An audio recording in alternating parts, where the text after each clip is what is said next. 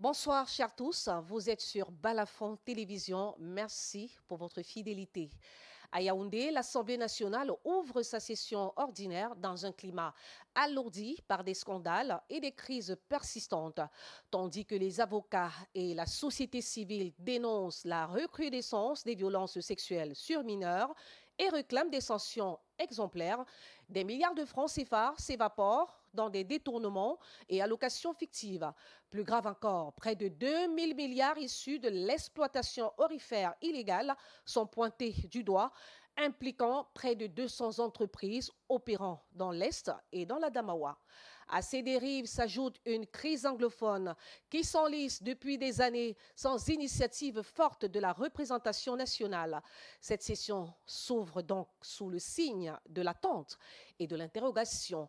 L'Assemblée saura-t-elle enfin assumer son rôle de contrôle et de débat face à des urgences qui menacent la cohésion nationale et la confiance des citoyens?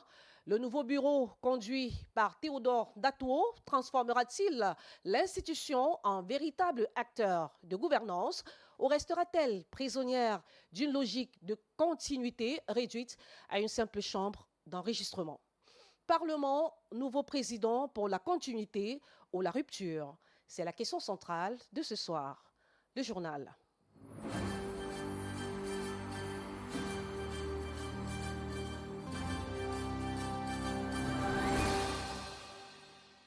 Mesdames, Messieurs, une fois de plus, merci de suivre l'actualité et le grand plateau sur Balafon Télévision. À Douala, usine de fausses monnaies découverte à Yassa. Un ressortissant chinois a été arrêté. Une usine donc spécialisée dans la fabrication de faux billets et de fausses pièces a été découverte à Yassa dans l'arrondissement de Douala 3e. La découverte a été faite par la compagnie de gendarmerie de Douala 1er suite à une dénonciation de la population après la circulation de faux billets par un individu suspect. À l'issue de l'enquête, le présumé cerveau, un ressortissant chinois, a été arrêté. Les forces de l'ordre ont saisi des billets d'une valeur d'au moins 400 000 francs CFA et des pièces ainsi que des machines utilisées pour la fabrication. Reportage signé Fon René Barquez. Following an alert from residents of Aqua Douala about an individual selling coins, the Douala One Gendarmerie Company was alerted. Nous avons été informés par nos capteurs de la présence d'un individu suspect qui essayait de ventiler des fausses coupures, des fausses pièces de monnaie. Immédiatement informés, nous avons rendu compte à notre hiérarchie qui a instruit d'effectuer une descente sur le terrain. C'est ainsi que nous sommes descendus sur le terrain. Nous avons pu mettre la main sur un suspect nommé Kom Awa. Son exploitation a permis cette fois-ci également de faire une opération coup de poing, toujours au quartier Aqua, à l'effet de mettre la main sur un autre écouleur de cette fausse monnaie, nommé Kom Jean. En notre unité, nous avons passé l'intéressé à l'exploitation et grâce à sa collaboration, nous avons fait une énième opération coup de poing cette fois-ci, encore à Aqua, où nous avons pu mettre la main sur le fabricant, le suspect numéro 1, qui n'est autre monsieur Wang Jianli d'origine chinoise. The botched attempt to circulate the fake banknotes and coins led to the arrest of suspects who guided the National Gendarmerie to the counterfeit money factory in Yassa. The facility was disguised as a building materials warehouse. Nous avons pu tomber sur une importante quantité de fausses coupures en devises camerounaises, soit 400 000 francs en coupures de 10 000 francs et d'importants stocks de fausses monnaies de 500 francs. Au cours de cette visite domicile également, on a pu découvrir des objets estampillés CEMAC pour la production de ces fausses pièces. C'est ainsi que nous avons rendu compte également notre hiérarchie qui a instruit de faire une deuxième perquisition, cette fois-ci au niveau du site de fabrication. Et une fois sur place, le pot de rose, on a pu découvrir un site avec des engins qui fabriquent cette pièce. The senior divisional officer of Vuri, Silak Marim Vogo, who took part in the operation, congratulated the gendarmerie while urging the population to remain vigilant. Il faut donc rester vigilant. Rendons-nous dans la région de l'Ouest, plus précisément dans le département de la Menoire.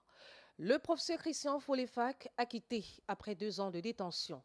Poursuivi pour le meurtre de son épouse, le docteur Blanche Ndonsa, le professeur d'université Christian Folefac vient d'être acquitté par le tribunal de grande instance de la Ménois au bénéfice du doute. Incarcéré depuis mai 2024 à la prison centrale, du moins la prison principale de Tchang, il était accusé par sa belle famille d'avoir ôté la vie à son épouse le 13 avril de la même année. Après des mois de détention, de multiples audiences et renvois, la justice a tranché ce jour. Une décision qui soulève autant de soulagement chez la défense, qui la juge conforme au droit, que d'interrogations dans l'opinion publique. Franck Durand-Toxonquin, bonsoir. Bonsoir.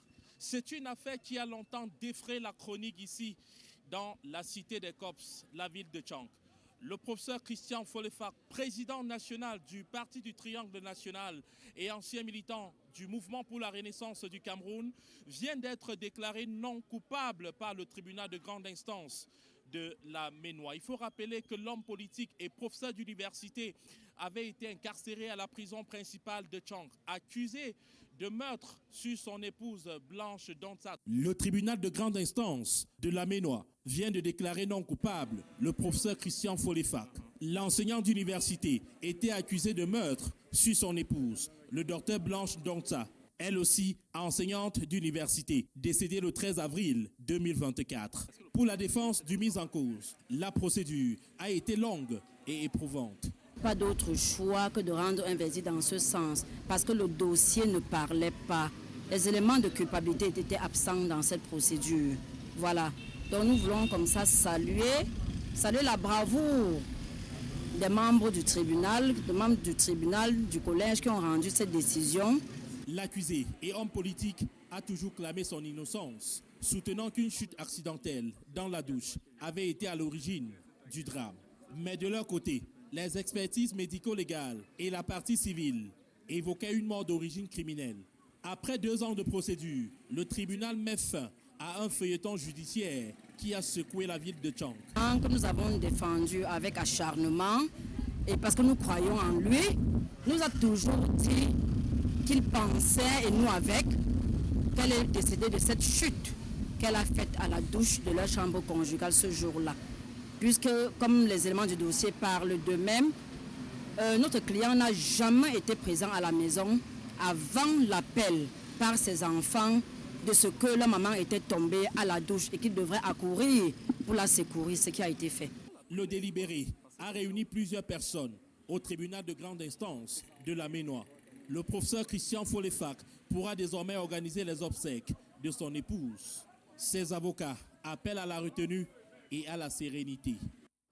Voilà donc, il a été acquitté, le professeur Folefac, justement, qui était accusé de meurtre sur sa femme. Les violences contre les enfants prennent une ampleur inquiétante au Cameroun. Entre agressions sexuelles, assassinats et pratiques assimilées à des crimes rituels, la société s'interroge sur la persistance de ces drames et leur lecture dans certaines traditions africaines. Invité de l'émission Sacré Matin lundi, Luminaire Ndia Tchamaleu, roi de Banwa, nation d'Ossisog, a dénoncé ces attaques qu'il qualifie de véritables crimes rituels, appelant à une prise de conscience collective. Linda Bunignassa pour les précisions.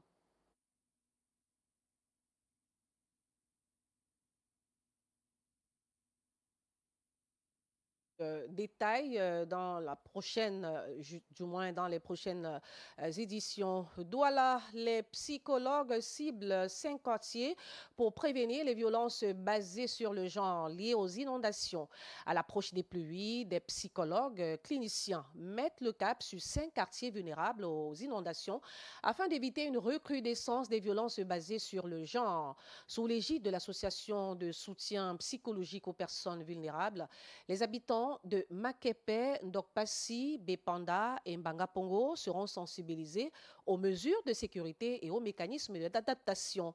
Reportage signé Jiré Sazangue et Fandrené Marquez.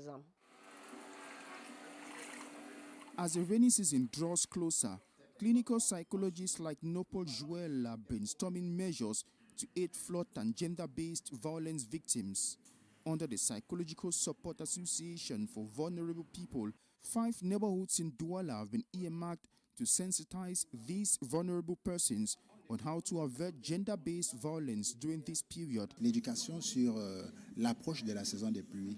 Les personnes vivant dans ces zones inondées, rien qu'à l'approche des saisons de pluie, se sentent déjà mal.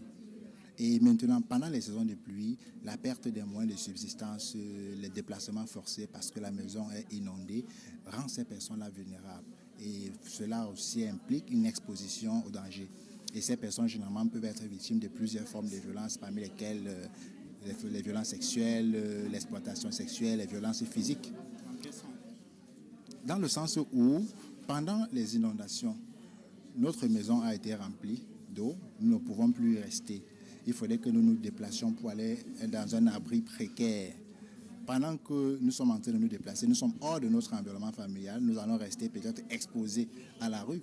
Nous pouvons être facilement exposés à toute forme de proposition. Residents in the neighborhood in Makepe, Ndokpasi, Bepanda and Bangapongo have been targeted for this exercise, as Felicité, a victim of inundation-related violence, recounts how she divorced her husband. Donc avec mon époux, lors des inondations dans la maison, il y a eu trop de problèmes. Les violences, nous sommes allés même au cou. Les moments où je ne pouvais plus supporter de rester dans l'eau parce que ça gâtait, ça a presque tout détruit dans la maison, les actes de naissance des enfants, les diplômes, les actes de mariage et autres, bref, presque tout dans la maison, les canapés. Et par moments, tu te retrouves stressé parce que dès que tu entends seulement un bruit de pluie, peut-être le tonnerre comme ça, même si c'est dans le sommeil, tu sursautes que hey. Et avec moi, comme pendant cette période, j'étais beaucoup plus en train d'allaiter. Je me dis, est-ce que l'enfant va tomber dans l'eau? Qu'est-ce qu'il y a lieu de faire? Il faut me sauver, il faut sauver le bébé. Bon, cela aboutit aux multiples violences conjugales qui ont fait en sorte que je parvienne à me séparer de mon époux aujourd'hui. Bon, quand j'ai essayé un peu de demander si on ne peut pas changer le cadre de vie, vu que nous ne sommes pas chez nous, nous sommes en location. Il se met à te gronder et puis te frapper dessus. Oui, il tapait, puisqu'il ne jouait même pas. These trained individuals are expected to come to different neighborhoods during times of inundation, raise alerts to the appropriate quarters for intervention, and provide psychological care.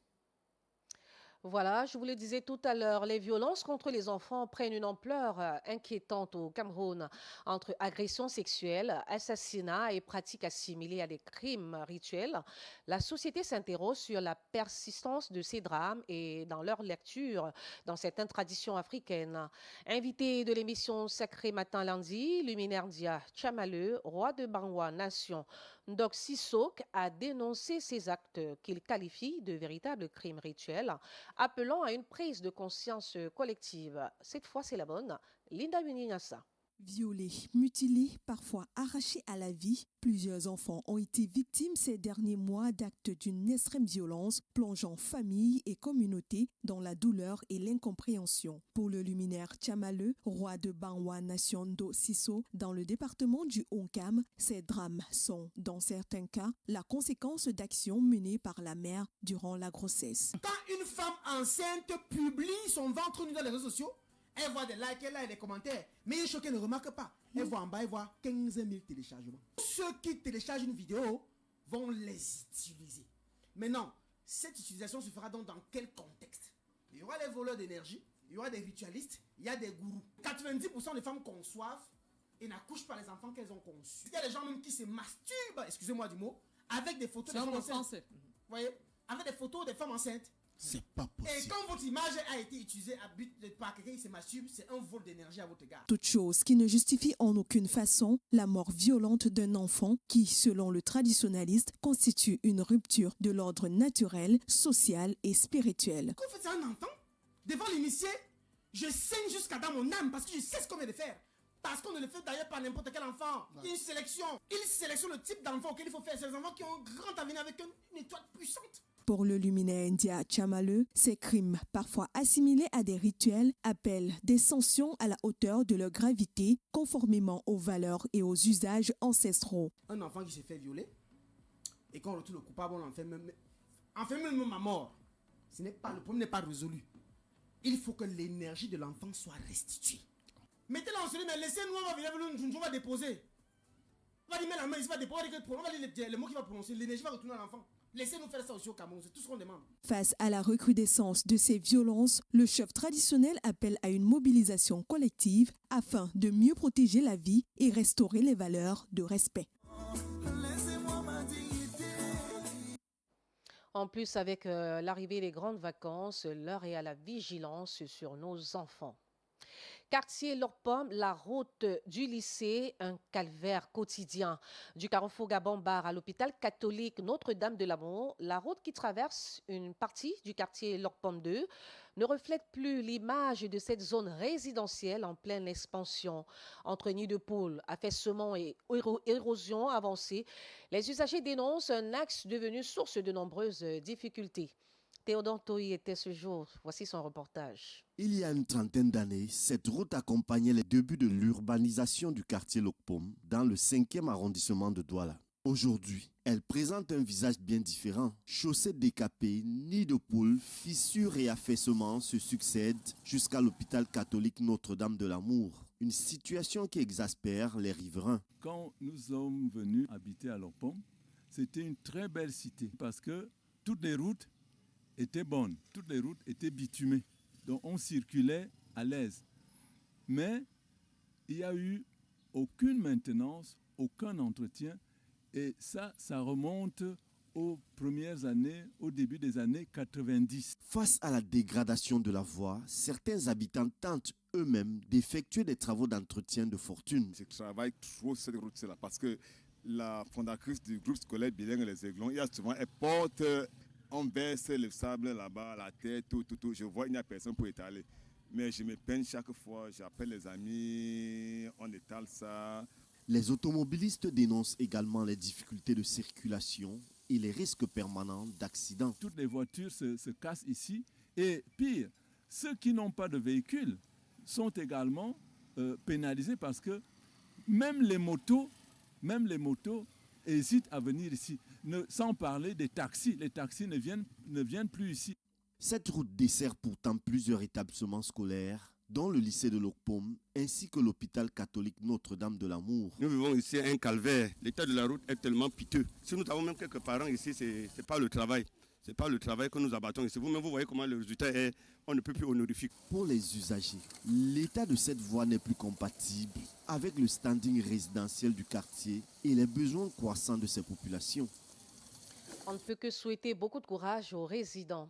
À présent, parlons du départ du chef de l'État. Eh bien, il a quitté le pays pour l'Europe après 18 mois depuis octobre 2024. 18 mois rythmés par l'élection présidentielle d'octobre 2025, une prestation de serment, 2 adresses à la nation et à la jeunesse, une modification de la Constitution, mais toujours sans nouveau gouvernement ni vice-président désormais prévu par la Constitution. Et s'il se retirait ainsi du bruit pour répondre à ces attentes, c'est la lecture de Roland Tsapi. Où va le président Paul Biya? Inutile pour les Camerounais de se poser la question. Ils ont été habitués, lorsqu'il ne s'agit pas d'honorer une invitation officielle ou de participer à un sommet, à être tenus à l'écart des sorties du territoire de leur président pour, selon la formule officielle, un court séjour privé en Europe. Ils le méritent sans doute bien, du moment où, contrairement à ces paresseux entre guillemets de blancs présidents dans leur pays, il ne prend jamais de vacances, en tout cas pas officiellement. Alors il peut bien se permettre un séjour privé en Europe, surtout quand il est court. C'est vrai que même pendant leurs vacances, les cellules de communication des cabinets de ces blancs présidents informent leurs nations respectives de leurs déplacements, mais une fois de plus, c'est une affaire de blancs, ces gens qui ne savent pas vivre cachés, pour qu'après leurs images et celles de leurs épouses en bikini se retrouvent à la une des magazines People. Paul Biya qui part, c'est ce que l'opinion doit retenir, photo à l'appui. Les mauvaises langues, celles de ces Camerounais qui aiment à lire les lettres dans les poches, vont propager des informations non fondées selon lesquelles il va se soigner. Alors que dans le fond, les Camerounais n'ont pas à s'inquiéter de la santé de leur président. Les rares sorties à ce sujet par son cabinet ou par le porte-parole du gouvernement ont toujours été rassurantes. Le président est en excellente santé. Cela a été rappelé en octobre 2024, quand après un voyage en Chine au mois de septembre de la même année, il avait traîné à rentrer au pays et face à la rumeur qui enflait au sujet de sa santé, le cabinet civil avait tenu à rassurer tout le monde. Il est par la suite revenu au Berka le 21 octobre de la même année et depuis lors, 18 mois après, il n'a plus fait le déplacement. Il est normal qu'il prenne un peu d'air, surtout qu'entre-temps, il y a des Camerounais qui n'ont aucune fonction dans une réunion du village qui ont fait plus de 50 voyages à l'étranger. Paul Biya part comme un père de famille qui laisse sur la porte femmes et enfants pantois qui se demandent ce qu'ils vont rester faire, sous-entendu qu'il a laissé pendant des problèmes urgents. Pour eux peut-être, même s'ils ne le sont pas toujours pour le père. Paul Biya part sans avoir nommé un gouvernement qu'il a promis par 2 fois au moins, sans renouveler les dirigeants des sociétés d'État hors mandat, sans avoir nommé un vice-président qu'il a fait introduire dans la Constitution en avril 2026. À moins que, justement comme ce père qui veut se mettre hors du bruit de la maison, Paul Biya se retire du brouhaha qu'il y a autour de lui pour préparer ses feuilles dans le calme quelque part en Europe. On peut d'ailleurs le penser au vu de la maigreur de sa délégation officielle, juste 3 personnes qui l'accompagnent. Dans ce cas, son retour peut être redouté ou attendu selon que l'on soit noir ou blanc, entre guillemets. C'était donc la lecture de Roland Tsapi. En sport, 5e phase finale de la Coupe du Monde, la Planète Foot s'était donné rendez-vous en 1954 en Suisse. Cette édition survenait avec une avancée technologique, l'arrivée de la télévision dans le sport. Ce fut un pas marquant qui allait transformer cette compétition. Jean-Paul Chouniat, que vous pouvez retrouver donc désormais à 15h30 sur Balafon Télévision avec ses consultants dans le cadre de l'émission Balafon Mondial Club. Je vous invite à suivre ce reportage de Jean-Paul Chouniat. 1954, quinta edizione della Coppa del Mondo. La Coupe du Monde de 1954 en Suisse est placée sous le signe de 2 grands événements. La célébration du 50e anniversaire de la FIFA et les premiers pas de la télévision dans la compétition. Un accord d'échange a pris effet depuis le 6 juin entre 7 pays. La Suisse, la France, l'Allemagne, l'Italie, le Danemark, les Pays-Bas et la Grande-Bretagne ont mis sur pied le groupe Eurovision. Les habitants de tous ces pays signataires vont pouvoir suivre les matchs de leur équipe. L'image est encore imparfaite. L'écran est entrecoupé de rayures blanches. Difficilement, on différencie les maillots des 2 équipes, mais le progrès est en marche. Côté préparatif, 16 équipes sont de la fête. Dans le groupe 1, la France, le Mexique, absent en 1950, sont présents tout comme le Brésil qui n'a pas oublié son humiliation à domicile 4 ans plus tôt. Dans le groupe 2, la Hongrie, finaliste en 1938, retrouve le tournoi sous le manteau d'un super favori, tout comme l'Allemagne, grande absence de la 4e édition, suite à son affaiblissement économique et politique au sorti de la Deuxième Guerre mondiale. La Turquie, forfait en 1950, est présente, tout comme la Corée du Sud, qui fait ses premiers pas en Coupe du Monde. Dans le groupe 3, la Tchécoslovaquie, finaliste en 1934, est de la partie. L'Autriche est renée de ses cendres après son annexion par l'Allemagne et l'incorporation de ses joueurs dans la Nationalmannschaft à la Coupe du Monde de 1938. L'Uruguay, tenant du titre, a en tête de gagner le tournoi pour la 3e fois et conserver définitivement la victoire ailée. Dans le groupe 4, la Belgique signe son retour après son absence en 1950 au Brésil. Et il y a l'Angleterre qui avait été éliminée au premier tour. La Suisse, pays hôte, signe sa 2e participation en Coupe du Monde. Et enfin l'Italie, déjà double vainqueur de l'épreuve, nourrit les mêmes ambitions que l'Uruguay, remporter la compétition et garder la Coupe Jules Rimet. La suprématie européenne est notoire, 12 équipes sur 16, tout comme 15 arbitres sur 16. Un sifflet portugais pour la première fois va diriger un match de Coupe du Monde. 3 de ces hommes en noir étaient du rendez-vous brésilien de 1950, l'anglais Arthur Ellis, le gallois Ben Griffith et le brésilien Mario Viana. Le suédois Ivan Eklund, qui avait officié en 1934, 1938 et 1950, n'est pas retenu pour 1954 ensuite. Pour la première fois, la Coupe du Monde va enregistrer 26 matchs au total. Stiamo assistendo alla partita Brasile-Ungheria, una partita caratterizzata.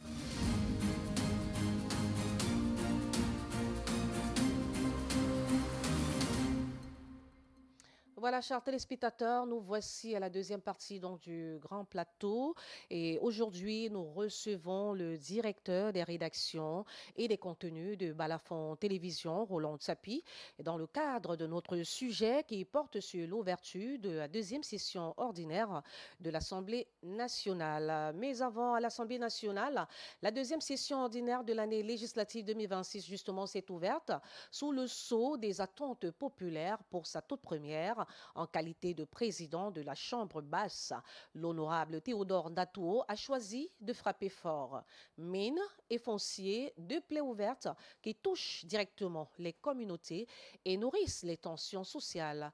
Dans un discours empreint de gravité, il a donné le ton d'une mandature qu'il veut tourner vers les préoccupations des citoyens.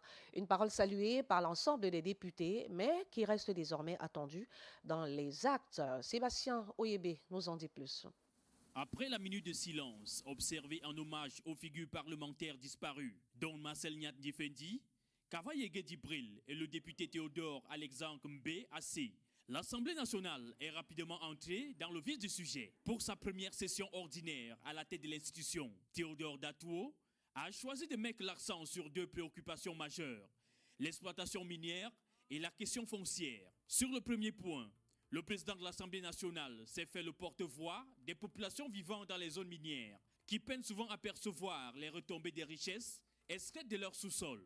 Il appartient aux administrations compétentes et aux départements ministériels concernés d'activer les efforts nécessaires afin de renforcer la transparence, l'efficacité du contrôle. Autre dossier sensible, le foncier. Face à la multiplication des conflits liés à la propriété des terres, Théodore Datuo a plaidé pour l'accélération des réformes afin de mieux protéger les droits des citoyens. Les pouvoirs publics ont déjà engagé des initiatives visant à moderniser la gouvernance foncière. Ces efforts méritent d'être poursuivis. Un discours qui a trouvé un écho favorable dans les rangs des députés. Plusieurs élus saluent une adresse centrée sur des préoccupations concrètes et proches du vécu des populations. Ce que nous pouvons dire, après avoir exprimé notre satisfaction de l'entendre parler ainsi, c'est qu'on doit franchir le pas attendu.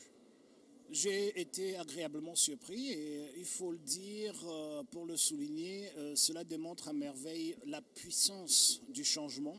Ce changement que les Camerounaises et les Camerounais demandent à la tête de la nation et partout ailleurs. Je pense que l'Assemblée nationale a démontré aujourd'hui que ce changement apporte des nouveaux tournants, de l'air frais. Dans l'ensemble, les réactions recueillies traduisent un accueil favorable de cette première adresse de Théodore Datuo à l'ouverture d'une session ordinaire de l'Assemblée nationale. Voilà, mesdames, messieurs, nous sommes avec le directeur des rédactions et des contenus de Balafon Télévision, Roland Tsapi, qui est avec nous ce soir. Bonsoir. Bonsoir Marinette, bonsoir, ou plutôt bonsoir.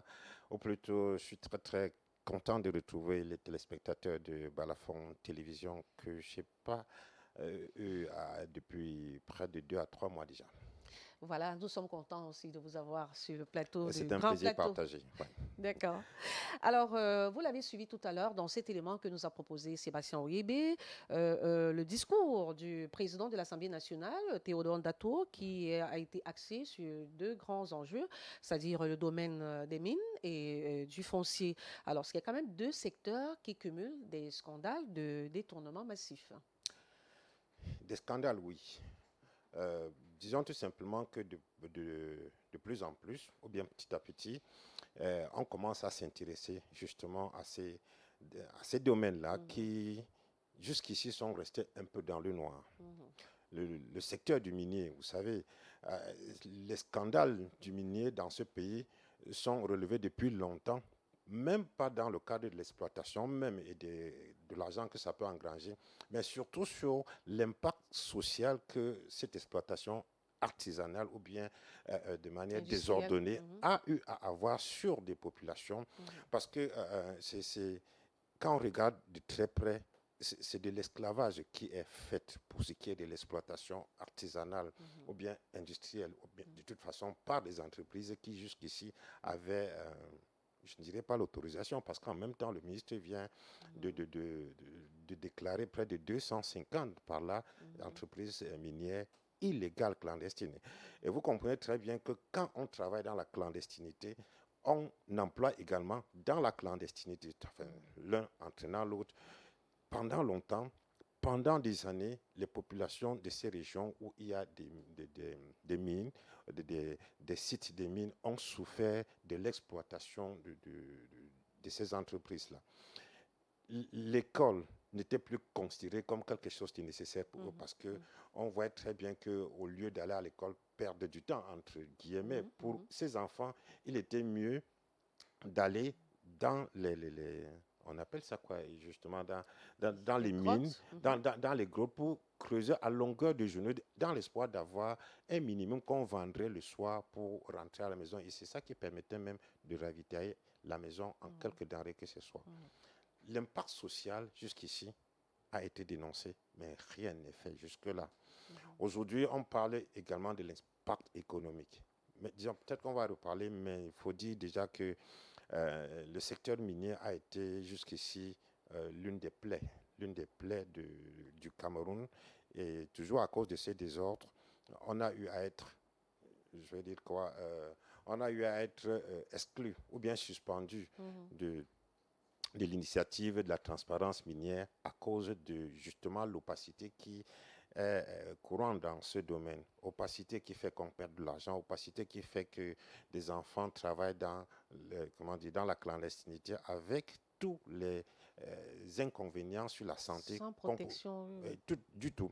Donc, vous voyez que jusqu'ici, quand on en parle aujourd'hui, c'est un vieux problème. Et c'est ce que je voulais relever déjà pour le début.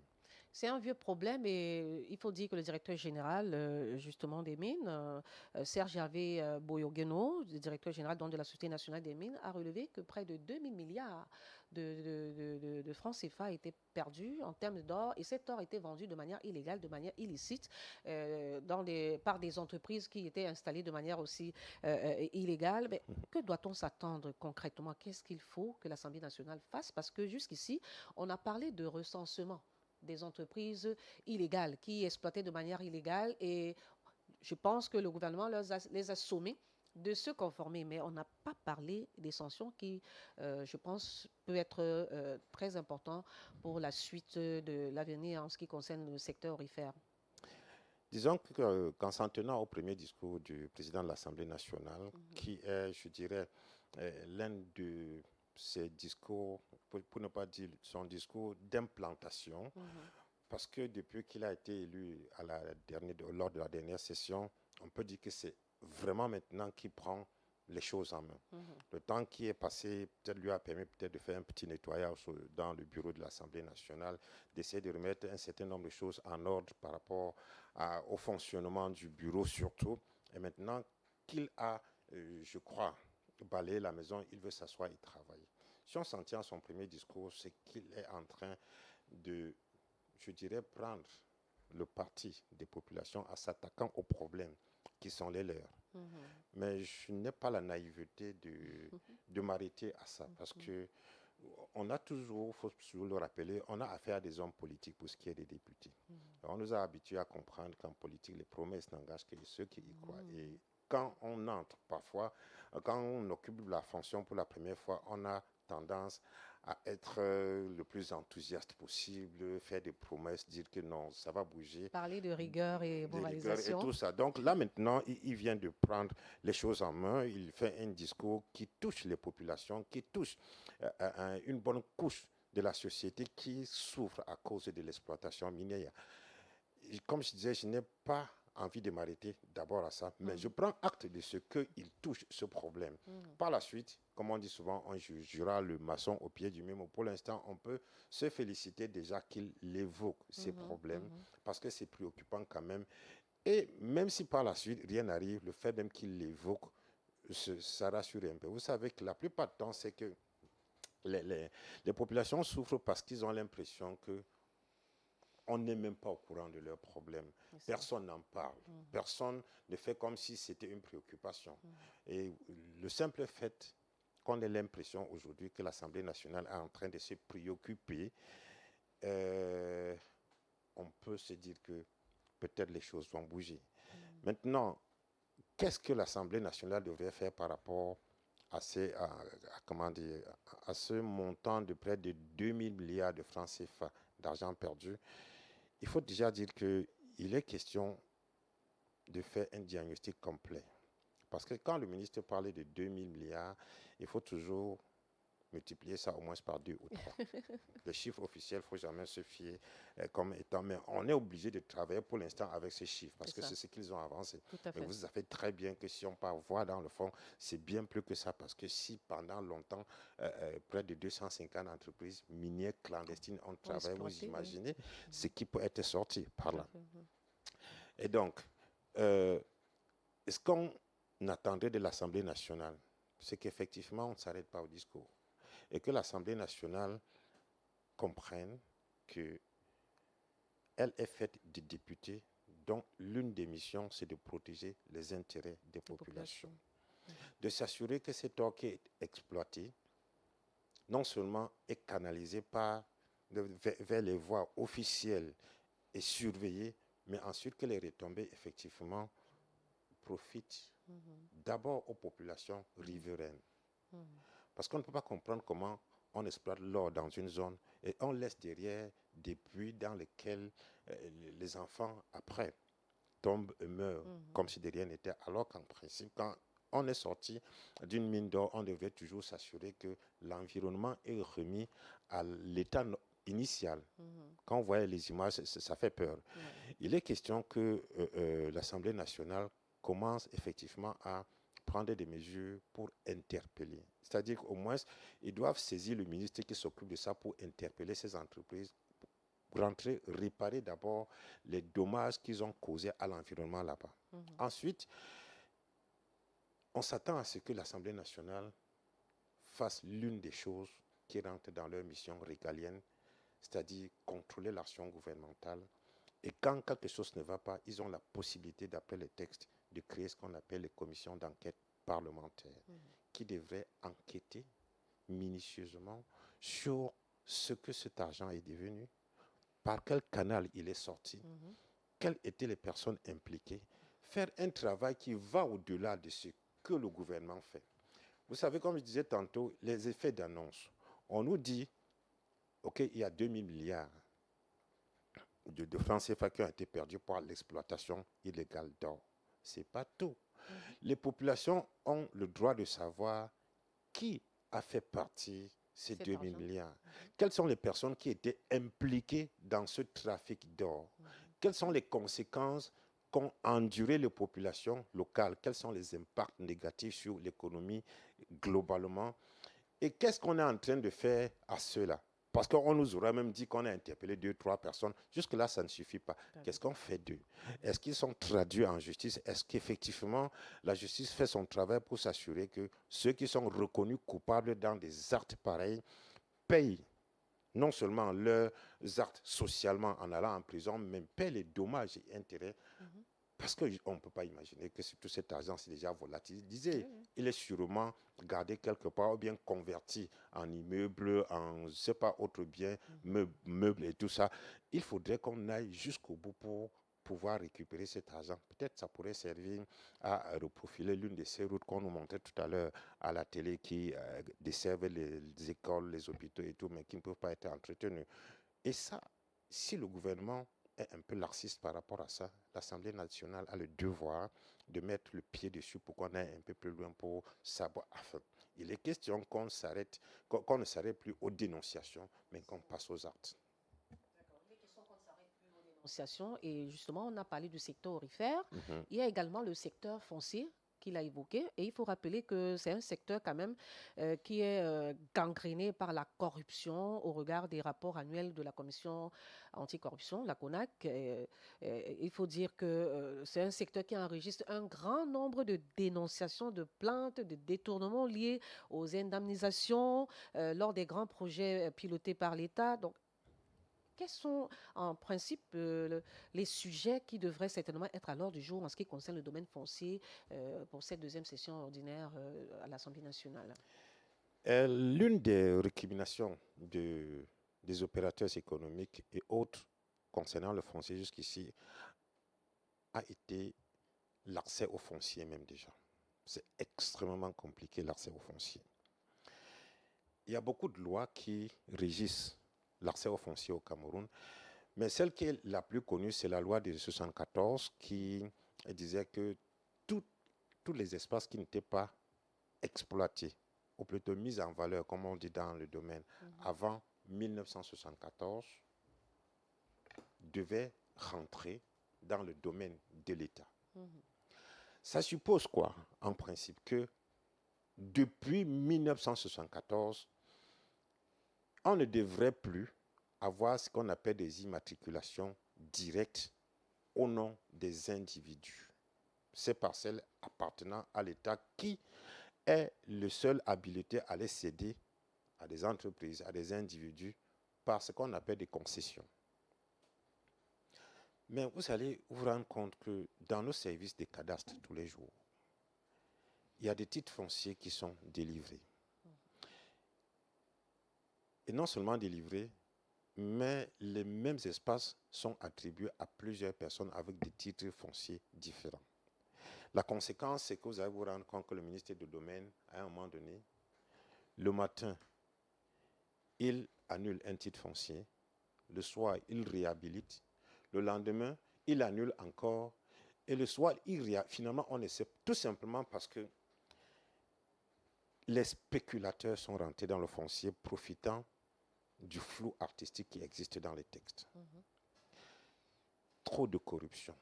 Comme vous le disiez tantôt, c'est un domaine dans lequel la CONAC a maille à faire avec les acteurs. C'est l'un des domaines les plus corrompus. Quand vous allez au palais de Nokoti, au tribunal de Nokoti, par exemple, vous allez voir que les problèmes liés au foncier dominent sur le rôle. On disait à un moment donné qu'il y avait, si sur le rôle, il y a 80 affaires, non, s'il y a 100 affaires, il y a 80 qui concernent le foncier. C'est devenu une gangrène totale, tout simplement parce qu'il n'y a pas une loi claire qui permette aux gens de savoir comment je fais pour avoir accès à la terre. Je dois voir qui. Parce que bien qu'il existe un document de facilitation pour le titre foncier, si vous consultez 3-4 personnes différentes qui travaillent au cadastre, qui travaillent au domaine et tout ça là, ces 3-4 personnes vont vous donner 4 procédures différentes pour avoir le titre foncier. On va vous dire que pour commencer à acheter le terrain, il faut d'abord s'assurer que... Mais on a constaté que même des terrains achetés par devant notaire ont eu des problèmes par la suite. Donc c'est un flou artistique qui existe dans ce domaine. Un flou artistique qui, quand on regarde très bien, est entretenu par les agents du cadastre, qui sont les dernières personnes à pouvoir donner le document de propriété, le titre de propriété qu'on appelle le titre foncier. À l'époque, quand nous grandissions, on nous disait que le titre foncier est un document intangible qu'on ne peut pas changer. Quand on l'a, c'est fini, quoi. Mais c'est devenu, je veux dire quoi, un même terrain. Au moins 4 titres fonciers. C'est devenu presque moins qu'un brouillon de l'élève qui est en train de faire des examens. C'est-à-dire qu'on peut froisser facilement et jeter parce que tu as la même chose, 2-3 personnes ont encore le même titre foncier sur le même terrain. Le rôle, ce qu'on attend de l'Assemblée nationale aujourd'hui, c'est aussi de travailler à assainir. Comment? En remplissant une fois de plus l'une de leurs missions, qui est celle de légiférer, qui est celle de faire des propositions, des lois qui aillent dans le sens d'améliorer l'accès à la terre aujourd'hui et surtout d'assainir le domaine de manière complète. Mais avant, une fois de plus, il faut qu'ils fassent le même travail que j'ai précédemment énoncé, c'est-à-dire qu'on ne peut pas seulement dénoncer qu'il y a de la corruption dans le domaine. S'il y a la corruption, c'est qu'il y a des corrupteurs et également les corrompus. Des deux côtés, on doit pouvoir interpeller des gens. On doit pouvoir interpeller tous ceux qui, profitant d'une certaine cupidité en face dans l'administration, veulent à tout prix s'accaparer des terres. Ici à Douala, par exemple, il y a des moments où, avant que des gens n'ouvrent les yeux, des personnes, des individus, avaient soi-disant acheté des terres, des terres vides qu'il y a tout autour des immeubles de la SIC. C'est vrai que maintenant, la SIC elle-même s'est mise à construire des boutiques tout autour pour ce qui est de Bonamou Sadi, ne serait-ce que à Douala. Mais avant, il y a des gens qui avaient acheté le bas des immeubles. Ce qui est prévu pour le jeu des enfants, gazon, détente et tout ça, là, des individus avaient déjà acheté. On se souvient de la dernière actualité du côté de Sainte-Monique, Rampoulin, où justement évidemment, le terre-plein... Les membres des églises sont en train de se plaindre de ce que le terre-plein est vendu à un opérateur économique. J'étais en train de dire qu'il faudrait que le travail de l'Assemblée nationale soit tel qu'il mette la pression. Les députés ont cette capacité de mettre la pression pour que soient interpellés d'abord tous ceux qui pensent qu'avec le pouvoir financier, ils peuvent tout acheter. Ensuite, qu'on aille plus loin pour voir ceux qui vendent ce qu'ils n'ont pas le droit de vendre. Que tous ceux-là soient interpellés, qu'ils répondent de leurs actes devant la loi et qu'ils ne répondent pas seulement les actes, mais des dommages qu'ils ont causés aux uns aux autres, qu'ils payent. Il faudrait qu'on arrive à appliquer des sanctions exemplaires à des personnes pour donner des leçons à d'autres et dissuader ceux qui sont derrière en train de faire. C'est justement parce qu'il y a beaucoup de laxisme, beaucoup d'impunité, beaucoup de jonglerie même. Finalement, c'est-à-dire que c'est comme les populations se plaignent souvent dans le quartier qu'on a interpellé, qu'ils sont obligés maintenant d'appliquer la justice populaire parce qu'ils ont interpellé 1, 2, 3 fois une même personne en train de commettre des vols dans le quartier. La police, la gendarmerie l'a pris et puis une semaine après, il est revenu les narguer encore. Il ne faut pas que, même dans le domaine du foncier, on laisse perpétuer ce genre de choses. Parce que le foncier, effectivement, on ne le dit pas assez, mais facilement, ça glisse vers des troubles sociaux. Et vous savez que la machette, comme on dit au quartier, sort rapidement quand il s'agit des terrains. Et si les gens vont aller jusqu'à ce qu'on appelle les phénomènes de retour. Vous comprenez que facilement un village peut s'embraser, on devient dans une situation de guerre civile à cause du foncier. Donc il n'est plus question qu'on dénonce les faits tout simplement et ça passe. J'ai entendu dans le reportage qu'il était question qu'on passe à l'action. Oui, effectivement, on a suffisamment dénoncé. Le président de l'Assemblée nationale, il ne faut pas qu'il vienne aussi entrer dans la mouvance de dénonciation. Non, il faut qu'on avance un peu. Parce qu'en même temps, pendant qu'on est en train de patiner, de rester sur place, il y a d'autres pays qui avancent. Non, on n'est pas là à réfléchir que celui qu'on a interpellé là, c'est le frère de tel, c'est la cousine de la petite sœur, de la grand-mère de tel, non du tout. On n'est pas là à se laisser influencer parce qu'on dit que sur ce dossier, tel va intervenir. Non, la justice dit quoi ici? On applique et on avance parce qu'il y a d'autres choses qui attendent, il y a d'autres défis. Il y a d'autres défis, il y a d'autres dossiers très brûlants, notamment la question des violences sexuelles. Qu'en est-il des auteurs qui parfois également sont interpellés et qui se retrouvent demain libérés sans aucune sanction? Il y a également le dossier de délestage, les coupures intempestives de lumière qui contraint certaines entreprises. On l'a vu hier dans l'actualité, Simencam à Figuil qui a décidé d'envoyer tous les employés en congé technique parce qu'il n'y a pas d'électricité pour pouvoir produire. On a autant de dossiers, mais est-ce qu'on peut aujourd'hui espérer que le nouveau bureau de l'Assemblée nationale puisse quand même proposer que les députés passent à l'action, c'est-à-dire que les députés soient désormais des acteurs qui proposent des lois pouvant vraiment être des solutions pour en ce qui concerne les difficultés, les plaintes des populations? Je crois que l'Assemblée nationale aujourd'hui a tout intérêt à fermer une page. On a passé près de 34 ans à avoir une assemblée passoire, ça il faut le dire ainsi, où les députés venaient plus pour applaudir que pour autre chose. On a passé 34 ans pendant lesquels aucune proposition de loi, mais alors aucune, venant des députés, n'a été acceptée et mise en débat à l'Assemblée nationale. Parce que pour que les téléspectateurs comprennent très bien, il y a ce qu'on appelle les propositions de loi qui émanent des députés et il y a les projets de loi qui viennent du gouvernement. Tout à fait. Jusqu'ici, on n'a entendu parler que des projets de loi sur la loi des finances, la loi sur les mines. Bref, il y a plusieurs lois qui viennent toujours du gouvernement. non seulement aucune loi, et ce n'est pas que les députés n'ont pas proposé de loi, non. Il y a beaucoup de députés de l'opposition, ça il faut le dire, qui ont fait des propositions de loi, sauf qu'elles n'ont jamais été présentées en plénière.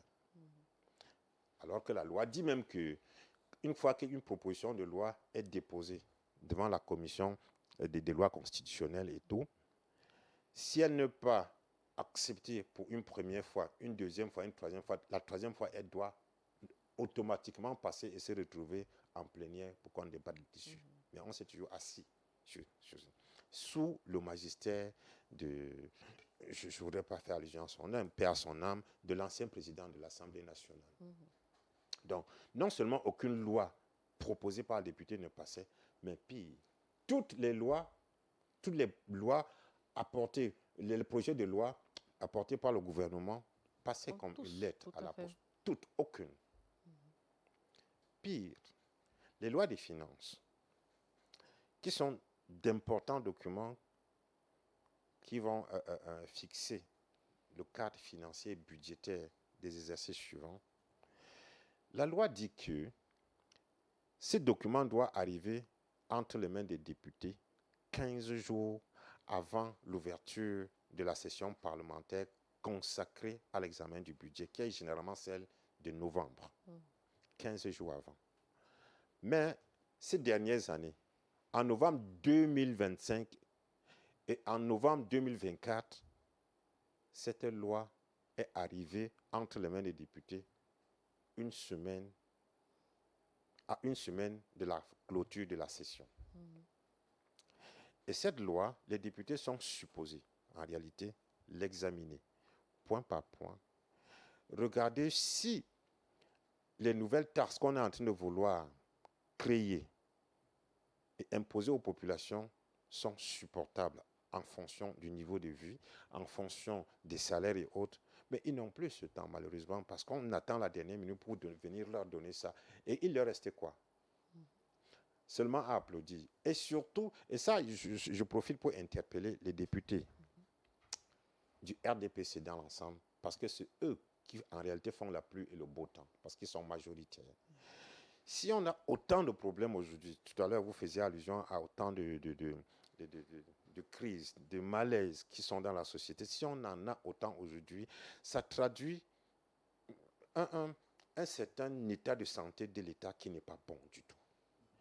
Et depuis que cette Assemblée est là, ces députés n'ont véritablement rien fait pour inquiéter le gouvernement. Vous savez, dans d'autres pays, les députés peuvent voter des motions de censure. Les députés peuvent dire que nous, on ne veut plus de tel ministre. On sera obligé de l'enlever, les députés. Mais ils font toujours comme si de rien n'était. Donc c'est un peu leur faute. Si le pays est à terre aujourd'hui. Tout à fait. Parce qu'ils n'ont pas fait leur travail jusqu'ici. Ils n'ont pas été là où on les attendait chaque fois. Donc, aucune loi n'est acceptée parce que la majorité du RDPC bloquait toujours tout ce que les deux autres députés proposaient. Et en plus, on laissait passer tout ce que le gouvernement laissait apporter. En conséquence, ce n'est pas trop de dire que jusqu'ici, l'Assemblée nationale a été un passoire. Est-ce que le président de l'Assemblée aujourd'hui, Ndato, va changer quelque chose? Il est peut-être trop tôt pour se prononcer, pour dire quelque chose là-dessus. Mais il est important qu'ils comprennent que le monde avance, qu'il y a des pages qui se tournent, qu'on ne vit pas dans un vase clos, que tout autour de nous, il y a d'autres pays qui regardent. Vous savez, il y a une classification économique qui vient de sortir et qui classe le Cameroun très loin derrière le Gabon et le Tchad en Afrique centrale pour ce qui est de l'essor économique. Ce qui n'a pas un sens. Le Tchad ne peut pas être devant le Cameroun pour ce qui est de l'essor économique, puisque le Tchad, je dirais, est alimenté à près de 70% par le Cameroun. Je veux dire, alimenté comment? C'est-à-dire que tout ce qui arrive au Tchad passe par le port de Douala et désormais de Kribi ici pour monter. Ça dit que le Tchad dépend du Cameroun pour avoir tout ce qui pourrait lui permettre d'évoluer économiquement. Que ce soit des marchandises, que ce soit des matières premières, des machines pour booster. Le Tchad dépend du Cameroun. Vous expliquez comment il soit devant le Cameroun pour un classement. Il y a quelque chose qui ne va pas. C'est tout simplement pour dire que l'institution qui est supposée surveiller le gouvernement dans ses actes ne travaille pas. Et cette institution, c'est l'Assemblée nationale, qui est composée des personnes en qui, en principe, les populations ont donné mandat pour dire, allez, vérifiez ce que le gouvernement est en train de faire pour notre développement. Si ce n'est pas bon, vous avez le droit, d'après les textes, de les bloquer et sinon les rectifier. Mais de toute façon, notre essor économique, notre bien-être, notre évolution socio-culturelle dépend de vous. Mais jusqu'ici, rien n'a été fait. Et ça, il faut que le président Datou sache que si aujourd'hui on a quelqu'un à condamner dans ce pays par rapport à la situation qu'on vit, l'Assemblée nationale, il serait pour beaucoup. L'Assemblée nationale, je ne parle pas du Sénat, l'Assemblée nationale. Et je ne parle pas du Sénat, pourquoi? Parce que le Sénat, il faut le dire clairement, c'est juste une chambre de figurants. Vous savez que justement, même dans les textes, le Sénat ne joue aucun rôle, même dans le processus de légifération des textes. C'est-à-dire qu'on vous dit que l'Assemblée nationale, quand ils sont en train d'examiner une loi, ils ont fini et puis ils envoient au Sénat. Le Sénat peut faire des amendements et renvoie le texte au Sénat. Sauf que précision est faite que l'Assemblée nationale n'est pas tenue de tenir compte des avis donnés par le Sénat. Ça veut dire qu'en réalité, ce tour qu'on appelle la navette parlementaire, en réalité, c'est juste vous perdre du temps et donner du sens à une chambre qui en réalité n'est qu'une chambre de recasement de quelques anciens amis qui devraient normalement être au repos. Je vous rappelle que le Sénégal, sous Macky Sall, avant que Diomaye Faye, le Sénégal, sous Macky Sall, avait suspendu, avait complètement dissous le Sénat. Et le président Macky Sall avait dit à l'époque que le Sénat, lui, ne voit pas ce que ça lui rapporte et que l'argent, près de 5 milliards de francs CFA que le Sénat absorbe par an, ça lui permettrait de construire des centrales d'électricité solaire qui vont alimenter le Sénégal. Donc il faudrait que des choses comme ça, on commence à y réfléchir et que ces institutions jouent le rôle qui est le leur. On accorde quand même du crédit? Disons que pour un début, disons-nous on devra juger le maçon au pied du mur. Mais en attendant, il ne faut pas être crédule. D'accord. Est-ce que l'Assemblée nationale va donc continuer sur les anciens pas ou alors va-t-il, du moins le nouveau bureau, va-t-il implanter une nouvelle dynamique? C'était la grande question. Et vous avez suivi l'éclairage de Roland Tsapi, directeur des rédactions et des contenus de Balafon Télévision. Mais avant de partir, chers téléspectateurs, nous vous laissons accompagner de ce publi et information, l'expérience client au cœur de la création d'emplois durables. Et il faut rappeler que cette expérience client concerne justement une entreprise qui a donc choisi de parler donc de cette création d'emplois durables. On va tout simplement regarder cet élément et on se retrouve demain pour une autre occasion. Aujourd'hui, l'expérience client n'est plus une option, c'est un impératif de survie pour les entreprises camerounaises. Un client insatisfait ne revient plus et partage instantanément son mécontentement avec les autres. Pour Pierre Tekapso, directeur régional du Fonds national de l'emploi, accompagner la solidarité des entreprises est le seul moyen de garantir des emplois pérennes. Nous avons pris en compte les réalités du terrain. Nous nous rendons compte aujourd'hui que les clients sont plus instantanés, les clients demandent plus, les clients communiquent entre eux. Nous nous sommes rendus compte qu'un client qui est insatisfait ne revient plus en entreprise, va chercher ailleurs parce qu'il veut vivre une certaine émotion, une certaine espérance. Il faut que nos entreprises en prennent conscience. Et nous avons tous intérêt à ce que ces entreprises vivent. Mais attention à ne pas confondre service client et expérience client. Si le premier gère les problématiques de manière réactive, l'expérience client, elle, englobe toute l'émotion vécue, explique Karine Kondo, promotrice de culture client. Le service client, lui, il va être dans la réaction. Il va traiter des besoins, il va traiter des problématiques spontanées, alors que l'expérience client, elle va englober toutes les interactions que le client va avoir pendant, avant et après son achat. C'est hyper important. Du coup, ça permet de comprendre que le service client n'est qu'un élément de l'expérience client. Pour réussir ce pari, il faut être à l'écoute permanente des besoins afin d'anticiper les attentes des clients, nous dit Gaël Api-Ongene, Regional Manager de LTM Group. Il faut être à l'écoute de ses clients, ça c'est très important. Parce que si vous n'êtes pas à l'écoute de vos clients, vous ne pouvez pas connaître les besoins de vos clients et donc anticiper. Si vous ne connaissez pas les besoins de vos clients, vous ne pouvez pas les satisfaire. Si vous ne pouvez pas les satisfaire, vous ne pouvez pas les fidéliser. C'est une boucle, l'écoute client. L'écoute client aussi, évidemment, c'est tenir compte des avis, des feedbacks de vos clients, positifs ou négatifs, mais surtout négatifs parce qu'ils vous aident à vous construire, ils vous aident à vous améliorer.